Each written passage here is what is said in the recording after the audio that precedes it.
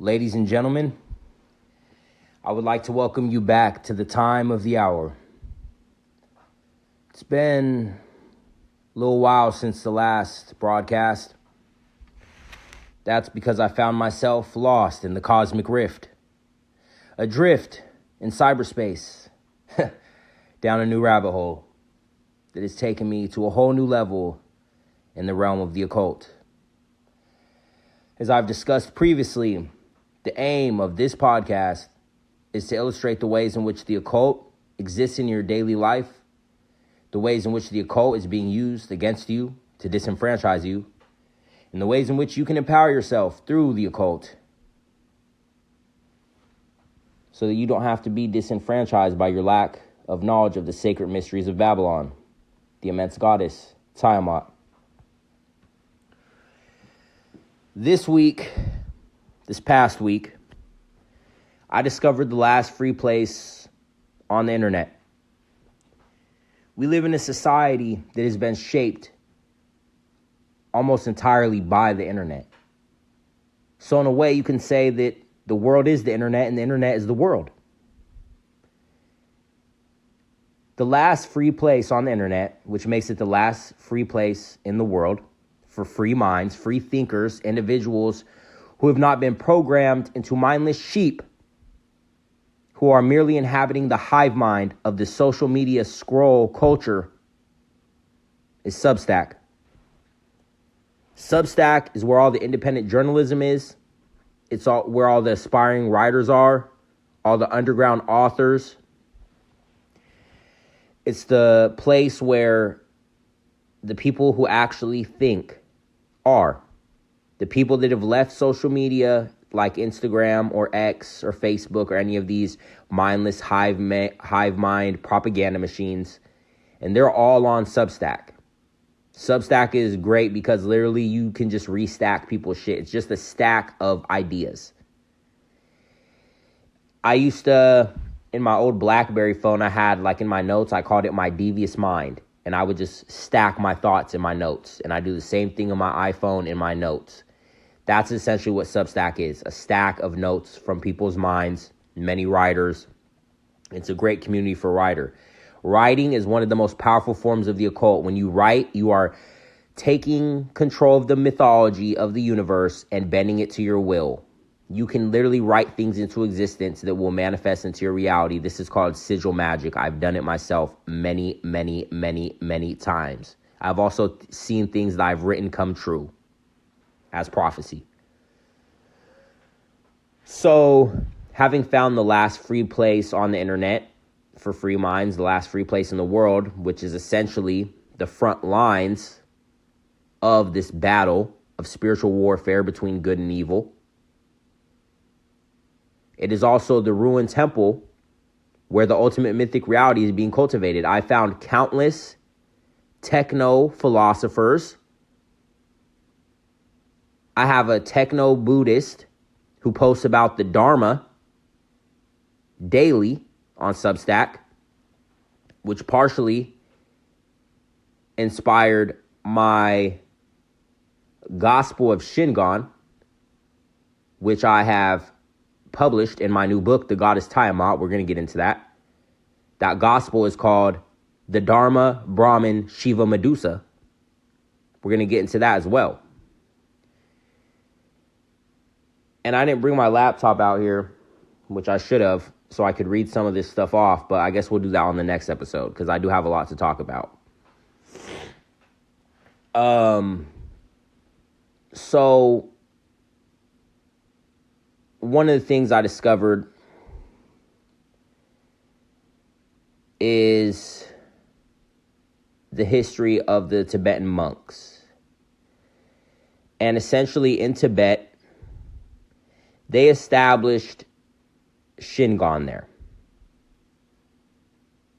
through a combination of, I believe it was Taoism, Buddhism, different elements. The Tibetan ideology, strong Buddhist connotations, but ultimately what they were doing is they had they were cultivating the arts They knew the power of music and drama and dance and things like this within their culture. They had a universal system where all of the people in their society were living in these, not just monasteries, but it was the whole people of the society all lived under the same culture of, I'm just going to call it Tibetanism, because it has Buddhist connotations and different things, but essentially it was its own universal heritage consciousness, which is Shingon. It's the attainment of the universal mind state or the mind state of universal heritage is what they were living under. Their mythology says that their people are the result of conception between a monkey god, who you can attribute to Sun Wukong of the Chinese mythology, and a female demon, who you can attribute to the immense goddess Shiva Medusa. So out of that mythos that was behind their ideology of Tibetanism, as I'm calling it, they had an entire universal system where all their people lived essentially as monks, but in a collective community, from the men to the women to the children. And as China infringed upon Tibet and began to invade, it became a war-torn country and nation. Their people became refugees and had to flee to India. So I found a few documentaries on that, which took me pretty deep into this whole Dharma thing. Dharma is another way of saying what I call Shingon. So to achieve the proper way for being, which is essentially what the Dharma is, that's what I call Hotepism. Hotep means to be at peace. It's a Kemetic etymology from what you would call ancient Egypt, but it stems back to Old Kush, pre-colonial Africa of the ancient world of Babylon, the grand mystery system. Hotepism is the return to the ultimate mythic reality. It is the proper way for being. You can only achieve Hotepism by being at peace. By being in devotion to Ma'at. Ma'at is also the immense goddess Shiva Medusa, Kali Lakshmi Shakti, Anana Ishtar, Aset Hathor, Aphrodite Athena, Babylon, Tiamat. She is the immense goddess. Nearly any goddess in any pantheon of mythology is an incarnation of the immense goddess. She has many names under which she is worshipped. That is the immense goddess Babylon. I venerate her under the name Shiva Medusa, who the actress Thuy Trang was a living incarnation of. I've written of this in my biographical booklet about Thuy Trang. She is the actress who played the yellow Power Ranger on Mighty Morphin Power Rangers. And in spite of what I put in the biographical booklet, I do believe she may have possibly been sacrificed as part of a ritual by the grand conspirators. In my research, I discovered that Thuy, who was a refugee of the Vietnam War, she was not aspiring to be an actress. She was a civil engineer, but was scouted by Scientologists for a Scientology commercial. Scientology is one of the secret orders and hidden cabals in society, as are the Mormons, as are the Freemasons, Bohemian Grove, Skull and Bones. These are hidden secret societies and cabals in high places. And Scientology is one of them. Tom Cruise. So she was scouted by Scientology, ends up on Power Rangers. There's a lot of occultism within the whole Power Rangers and tokusatsu and all of that stuff, which is why I've been so inspired by it in my writing. She then, after Power Rangers, one of the things that she starred in before she tragically passed away in a car accident, only, I believe, a mere 8 days before 9/11, she starred in the sequel to Brandon Lee's The Crow. Brandon Lee was sacrificed in The Crow. He was sacrificed. Brandon Lee was a prophet. He had the messianic energy of his father, Bruce Lee, who was also a divine prophet, an ascended master, which is why I believe he was sacrificed. And so Brandon Lee, they sacrificed him on the crow. There was a real bullet in one of the guns. You can call it a sacrifice. You can call it an assassination. Some people say the Lee family was cursed. I don't believe that they're cursed. I believe that Bruce Lee was a very powerful figure, and there may have been people, insiders, conspirators in the shadows who may have wanted to get rid of him.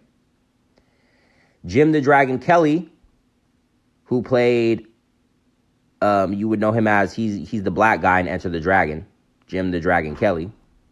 The character of Bushido Brown in the Boondocks is based after Jim the Dragon Kelly. He said that on the set of Enter the Dragon, Bruce Lee told him that he wanted to do a movie with just the two of them that would showcase Jim Kelly's fighting style of karate and Bruce. If they had made that movie with the influence of Bruce Lee already being so prominent in black culture, that would have been revolutionary. That is not something that the conspirators would have wanted. The hidden power holders would not have wanted that. If you're wondering what I mean when I'm saying conspirators, I'm not going to break that down any further. You need to go read my book, Mr. Shock's Box of Blood Clots. If you search Mr. Shock on Amazon, which is also what my Substack is called, at Mr. Shock, you'll see Mr. Shock's Box of Blood Clots, my Ultimate Conspiracy Theory Manifesto, which is also a guidebook to the world of conspiracy theories. I break down identifiers such as insiders and conspirators. That's all in there. Also, my new book, Adventures of Mr. Shock, which was compiled this week. It's about 100 pages. It's all of my personal essays, journalistic articles of gonzo journalism, short story fiction, and free verse prose that I've compiled and posted to Substack this week. Compiled and published in under 7 days. That's also available. It's also an example of the occult. Writing is occultism. As an author, as a writer, you are an occultist, you are an adept, you are a mystic. You are using mysticism to bend the laws of reality to create new lore from nothing, from your mere thoughts. You're tapping into the Akashic records and you're revealing sacred knowledge to the world. That's why I became so immersed in the culture of Substack this week. Also, my book, Adventures of Mr. Shock, it is a transcendence between the reality of the world and the internet culture of social media, stemming as far back as the 4chan era and the emergence of memes and the beginning of all of that. It's all one big, cosmic rift. I found countless Lovecraftian authors who are aware of the connotations of the void of the immense, which is specifically written about in my stories and in my mythology of my book series, Peacoat Society, which we're going to get into Peacoat Society in this episode. I'm very excited. I'm just, bringing you guys in with all of this. So as I was saying about Thuy Trang, she starred in the sequel to The Crow. And then in 2001, 8 days before 9/11, she passed away tragically in a horrific car accident. I believe there could have been a chance that by putting her in that movie, they may have branded her for sacrifice, she could have been one of the sacrifices associated with the ritual of 9/11. I didn't put that in the book, but I will say that here. She's also a member of the 27 Club, which is the main reason why I believe this. Also, the producers of the sequel to The Crow, guess who they were? The Weinsteins. They are grand adepts in the occult of Hollywood. They are sexual predators who have escaped prosecution. And the movies that they've produced, countless rituals have been associated within them. The act of creating a movie is a ritual. You're staging something that's not real and pretending it is and conducting a play. That is occultism. That's what they do at Bohemian Grove. They do plays because they know that a play is the power of the occult. The Tibetans, they were doing plays because they knew it was a way to produce Shingon, the arts. Part of Shingon Buddhism is the realization that the true expression of God can be found through art and cultural expression, which is what movies are, and that's how they control everyone's mind with movies. It's all the occult. Everything is the occult. So I don't have to sit here and talk to you directly about some spooky, dogmatic occult shit. I can just talk to you about regular things, and I'm still talking to you about the occult. There's nothing I can't talk about on this podcast. because everything is the occult. This reality is an occult reality. It's a perception of our own consciousness through a mirror, a cosmic fucking mirror, the cosmic rift, the void of the immense. That's the cosmic rift. That's why I haven't done a broadcast. I try to do them pretty frequently, but I've been lost in the cosmic rift. I just got back. So going forward, as I stated, I've published Adventures of Mr. Shock. I've also composed a new book called The Goddess Tiamat. If you're familiar with the first few episodes of my podcast, you know that this podcast, Time of the Hour, was inspired by Bill Cooper's radio show, Hour of the Time. Bill Cooper is what you would call a conspiracy theorist and UFOologist. I would call him a martyr. I would call him a prophet. We're going to talk about Bill today, too. You've heard of Area 51, right? Aliens, the government doing secret experiments. Everyone knows about Area 51. They've made movies about it, right? Independence Day and all that shit. Well, Bill Cooper is the man who exposed that truth to the world. He is the first person who went to the fucking desert in Nevada and started filming what was happening on that base and revealed to the world that it existed. Prior to him revealing that that existed, the government did not even acknowledge the Area 51 was real. They said that it didn't exist. That's the impact of his legacy, even if you don't know his name. Bill Cooper was in the Navy. He had high intelligence authorization. He leaked many secrets about what was happening within the government, about aliens, UFOs being found with human remains in them. He wrote a book called Behold a Pale Horse, published on January 1st, 1991. 20 years after Dare None Call It Conspiracy was published on January 1st in 1971. Those are two of the number one conspiracy theory tomes you need to get. My book, Mr. Shock's Box of Blood Clots, was directly inspired by None Dare Call It Conspiracy and Behold a Pale Horse.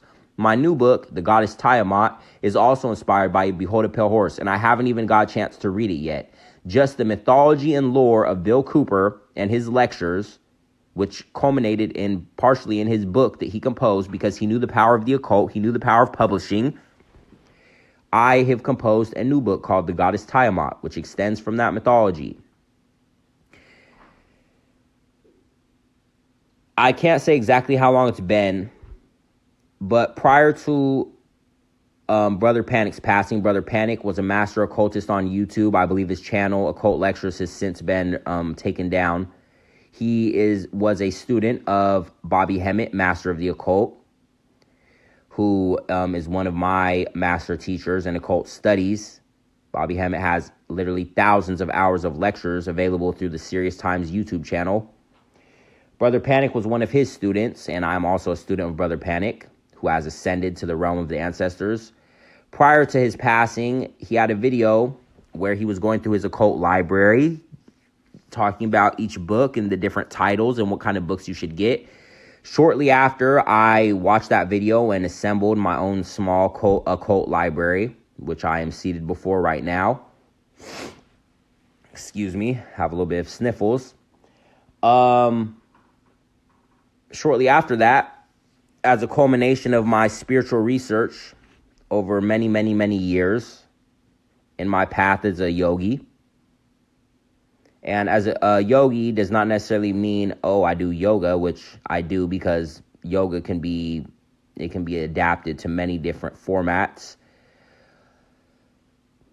Yogi just means that you've devoted yourself to living in isolation from society to the point of developing physical, emotional, and mental mastery to achieve spiritual enlightenment, which is what I've written about in my Dharma, Brahman, Shiva, Medusa, which I'll probably be reading on the next episode. As a culmination of my journey to achieve true sublime illumination, I became a devotee to the Hindu goddess Kali, goddess of immense destruction. Kali is the goddess of immense destruction because she destroys that within you which is false. Hinduism is one of the most ancient mystery systems. It has the most true dogmatic knowledge of the occult to empower you. Buddhism is a descendant of Hinduism. It's an extension of it. Buddhism has a lot of the same connotations of the Dharma. I started down the path of Buddhism when I was 17 after realizing that organized religion was essentially just mind control for the most part and was used to dominate the world under a patriarchal system. We're not going to get into the history of Christian world domination today, but it was through the Eightfold Path of Enlightenment that I was able to begin my journey a long time ago at 17 years old. So Hinduism is even more ancient. It has all of the pantheon of the gods. The gods of Hinduism are aspects of your own consciousness, Kali being the embodiment of the immense goddess Shiva Medusa, the grand creatoress, who has been removed from the modern world. They have bastardized the immense goddess cult of Mystery Babylon, the goddess Babylon, Tiamat. They have bastardized her and they call her the harlot of Babylon. This is because the power of the divine feminine nature has been removed from modern human civilization, which is why I became a devotee to the Hindu goddess Kali. I didn't have to go sit in a cave. I didn't have to throw away all my possessions. I merely devoted myself to her, and I requested from the immense goddess to reveal to me her truth and to anoint me with sublime illumination and for me to become a warrior of her army, her spiritual army. Over my journey since then, she has done exactly that. She has revealed to me her mystery, the mystery of Babylon, through the prophet of Bill Cooper, who was killed by the United States government as a martyr for the truths that he exposed to the world, and through his 40-plus hour lecture series, Mystery Babylon, where he revealed the mystery of Babylon, not knowing that the mystery Babylon is the ancient mystery system that we too can use as adepts against the nefarious occultists who use dark occult, satanic occult against us. I self-initiated myself to Kali, who I venerate under the name Shiva Medusa. She's also Babylon Tiamat. And through her, she has revealed to me the sublime illumination of the immense. She has allowed me to achieve full mastery over my capacity as an author and a writer. And her immense mysteries have been revealed to me, which I have scribed and written through my fiction, which is a metaphysical embodiment of occult practice, in my new book, The Goddess Tiamat. Within the book, within the story of the book, she has been restored and resurrected from the ruins of the immense. Substack became a lost temple through which I traveled to in accordance with this history of the Tibetans as well. And through that cosmic rift of my mind, many truths were revealed to me, and I was able to cultivate within that space among all these other writers. I was able to cultivate what became my ultimate mythos. And that is culminated in the book, The Goddess Tiamat. I have a story in there called Embrace of the Hydra, which is the resurrection of Tiamat. And then the conclusion of the book is my gospel, Dharma, Brahman, Shiva Medusa, the gospel of Shingon, the mind state of universal heritage. And regardless of what system you're in, whether you're a Christian, a Buddhist, a Muslim, a self-initiated mystic such as myself who doesn't associate under any specific banner, but I am a devotee to Kali. Even as a devotee to Kali, Kali is not my religion. I do not boast of her so that other people will follow her and be devotees to her. You should follow the system that you are in. There is no need for us to campaign against each other in tribalism and say, well, my system is the best. My system has all the answers. No system has all the answers. All the different systems just have different aspects of the same consciousness. That's why my gospel is the gospel of Shingon, the mind state of universal heritage. Whatever system you're in, that's the right system for you. Discover all the truths of it. As I stated, there's a techno-Buddhist on my Substack who is basically my most loyal subscriber. Reads all of my stuff that even the other fellow writers do not read. That techno-Buddhist is a constant vehicle for me to hear about the Dharma through Buddhism. It doesn't matter that they're a Buddhist and I follow more of a Hindu philosophy and my spiritual ideology. That doesn't matter because we're on the same frequency of universal heritage. That's what I call Shingon. And Shingon is a terminology that I have derived from Shingon Buddhism. I consider myself a Buddhist as well. And I am a natural born Christian, was born a Christian. I don't really follow organized religion because it's so limited and patriarchal. I have initiated myself into the immense goddess cult. There is no divine feminine energy within Christianity. It's a patriarchal system. The Gnostics who created Christianity, which was part of Mystery Babylon and Old Kush, they were killed by the Romans. Their spirituality system was stolen, reappropriated as Christianity, and that was used for world domination. It is a fact, historical fact. We all know that Europe went on a campaign called the Crusades and colonized the entire world under Christianity. We know that's a fact. We know that for a fucking fact. Everybody knows that. That is truth. But everybody overlooks it because they are so enamored by the dogmatic elements of, well, Jesus Christ is my Lord and Savior. Guess what? Sorry to tell you this, but 2,000 years ago wasn't the beginning of the fucking world. We've been here for eons. So a white guy named Jesus Christ was not created out of a poof of smoke and was your Lord and fucking Savior 2,000 years ago. I'm sorry to tell you that, but historically, that's not fucking true. And if you believe it's true, that's okay, though, because that can be part of your reality and that can be part of your mythos. That's okay, which is what I'm saying. It's not a battle. That's perfectly fine for you to believe that.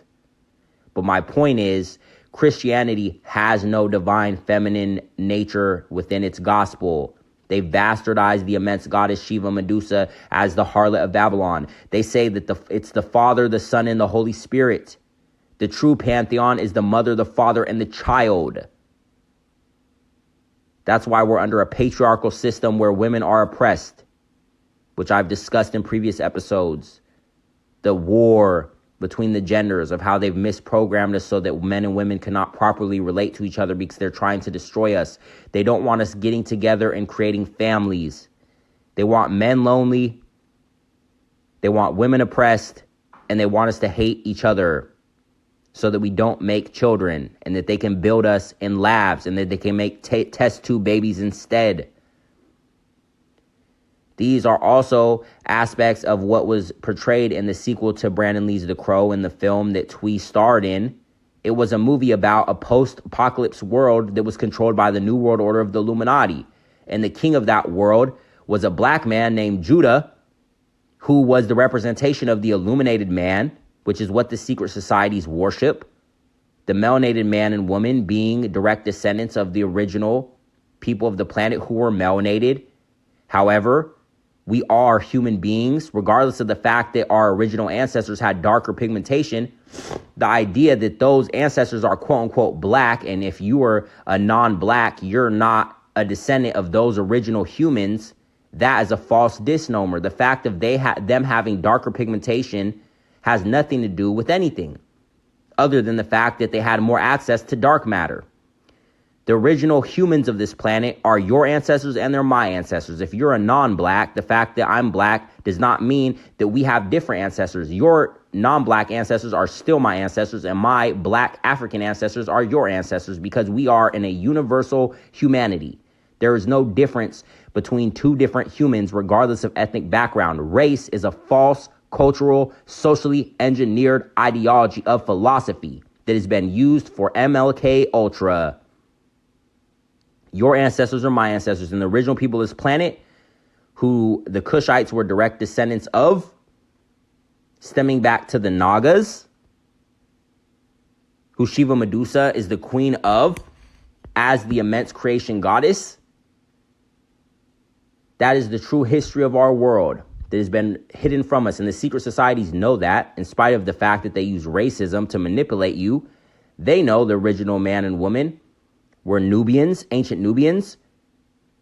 It's all just metaphysical, but they make it racial. And they know that the illuminated man is who they need to imitate in the form of ritual. And that's why in that movie, they present the king of the New World Order as a black man, Judah, because they're showing you the illuminated man. But it doesn't matter black, white, brown, yellow, red, whatever colors we are. We're all just people. And the spiritual illuminated man doesn't have a race. The spiritual illuminated man is merely Vishnu. Vishnu is the incarnation of the spiritual illuminated man. Buddha, Jesus Christ, Jesus being the flesh that we are bound to, and Christ being the ascended consciousness that we have. Regardless of if there was a Jesus Christ historically or not, doesn't matter, because within the lore of the mythology, he exists metaphysically, and people believe that he did exist historically. That's my point. That's the power of the word. Through the written word, the Bible is the most powerful novel on the planet. The second most powerful novel on the planet, well, you also have the Quran and the Torah. But among those powerful novels, you have another powerful novel to which I am an initiate of, Dracula. Bram Stoker's Dracula is one of the most powerful novels on the planet. It has stood the test of time. Everybody knows what Dracula is. Even if you go to a third world country and you say Dracula, they probably have some kind of superstition about vampires, and they'll think you're a fucking witch doctor. The power of a book is how many people believe in it, which is why when I was 16 and I started smoking weed and ascending into consciousness before I even knew what was happening and achieving my psychic mastery, I created a series called Peacoat Society, which was about a secret society of monster destroyers created by Abraham Lincoln and Frederick Douglass to liberate the United States government from the tyranny of Dracula, because George Washington cut a deal to beat the British through Dracula. I didn't know that I was revealing the secrets of the mysteries of Babylon, or the secrets of the hidden cabals, which is what the Peacoat Society is. They are the hidden cabal of the shadow government that controls the world. I've been writing this series for 15 years. Yesterday, I just killed Raph. I wrote The Death of Raph yesterday. Raph is the hero protagonist of Peacoat Society. He is my author surrogate. This death of Raph represents a death of the old paradigm and my transcendence as an initiate of Shiva Medusa, the immense goddess, as I have entered my Vishnuhood. I have attained sublime illumination, and I have become my true fulfilled self. Therefore, the old self, my hero's journey self, had to die. That is a symbolic representation of the end of my hero's journey and the beginning of my warriorhood. I am now on the campaign to destroy that which is false within this world through preaching the gospel of Shingon, that is the ultimate truth of the immense. That is my mission. That is what I am here for, and that is what I'm doing. This podcast, time of the hour, it was also started on Substack. I didn't talk about Substack the first few podcasts, but actually this is from Substack. That's how I created this podcast, was going on Substack. I have talked about Substack, but so much has happened in this last week as I've immersed in Substack, I forgot that I was already on Substack before this week. So much time I've been going through, time traveling this week. This week for me was about 2 months worth of time. How much I've done. I don't sleep very much. How much I've been in the cosmic rift. It's felt like 2 months. I think it's only been maybe 6 days since my last upload. I wrote 2 books during that time. That can only be achieved writing 2 books. Even if each book's 100 pages, well, that's 200 pages. So that's 1 book. But you know, if you want to put it under the industry standards. I've talked about the industry standards of publishing and all that on my Substack, so I'm not going to talk about that here, because you could just go read about any of that on my Substacks. Go through my stack, at Mr. Shock. But Peacoat Society was my hero's journey, and that hero's journey has come to completion. There's still one more book for the actual series itself, but with Raph dead, that book, I can write it at any time. The last book will really just be me cementing the mythology and the folklore for the rest of the world, but they have to catch up first. I'm not going to write the last book until people catch up, because people haven't read the first 2 books, the most recent being The Bone Ruler. You can read my books in any order. They're all written as standalone sequels, so you don't have to read them in any order. Even the Peacoat Society books, you read them in any order. The most recent is The Bone Ruler, which is also one of my most powerful grimoires. I also wrote one called The Hard R recently, which is my most popular book. It's actually in the top 3,000 books in 3 categories on Amazon. It's my most popular book I've ever written after 15 years, 5 years of publishing. And it's also part of Peacoat Society. It's affiliated books of Peacoat Society. I also have another one called Surviving Nam, which is about the Vietnam War, which is what I became immersed in recently as well during my research of Thuy's life, being that she was a refugee of the Vietnam War. Thuy she's my divine consort essentially. As a living incarnation of Shiva Medusa, I attribute her as one of my patron saints. She's like my high priestess, basically. She's one of my prophets. And through researching her life and discovering the secrets of the Vietnam War, which was a war steeped in the occult, there was actually creatures called rock apes that were in the jungles of Vietnam during the war. Bigfoot-type creatures in Tibet. They also have Yetis, which are the same kind of supernatural phenomenon. I seen on Netflix, they also just released a Vietnam War documentary, and it was funny because I'd already written 4 books about the Vietnam War by the time that I seen that they too had put out a documentary.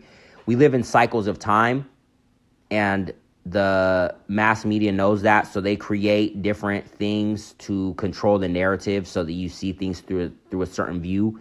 I was writing about the Vietnam War because there was much knowledge of the occult to be derived from it, which I have published all 4 of those books to the world. And at the same time, they were creating their false and misnomer propaganda version of the story to put out on Netflix. But I'm ahead of them now. They're way behind me because I'm moving so fast through the cosmic rift. I'm producing far more material than they're able to keep up with. The only difference is the world hasn't yet caught up to everything I have out there, but it's about to hit very soon. I've completed my 40-day fast, not a literal fasting from food, but my devotion to my initiation. I've completed that as Jesus did through 40-day fasting, which is just a metaphorical, interpretation through storytelling. And I have now stepped into my public ministry. This is my public ministry right now. Time of the hour. That's what this is. This is the time of the hour. This is my public ministry. And with that being said, I think that's a good place to stop for now. I just wanted to catch everybody up. There's a lot more to talk about. There's a lot more to say, but this was pressing on my mind because I haven't done an episode. I was going to do an episode a few days ago, but the forces of the immense, they said, don't do episode yet. They said, you're not ready yet. There's still more truth to be revealed. And then when I woke up just now, they said, okay, it's time now. You can go put this out. So know that if you're on my Substack, there'll be more episodes of this podcast. If you're on YouTube, I'm going to upload episode 4. Right now, there's only the first 3. I'm going to upload episode 4, and I'm going to upload this episode so YouTube is caught up. I've been getting some success on YouTube just posting King of the Hill shorts. So it's pretty much all I'm using my YouTube for is just posting King of the Hill shorts. But yeah, the time of the hour is now, ladies and gentlemen. The time of the hour is now.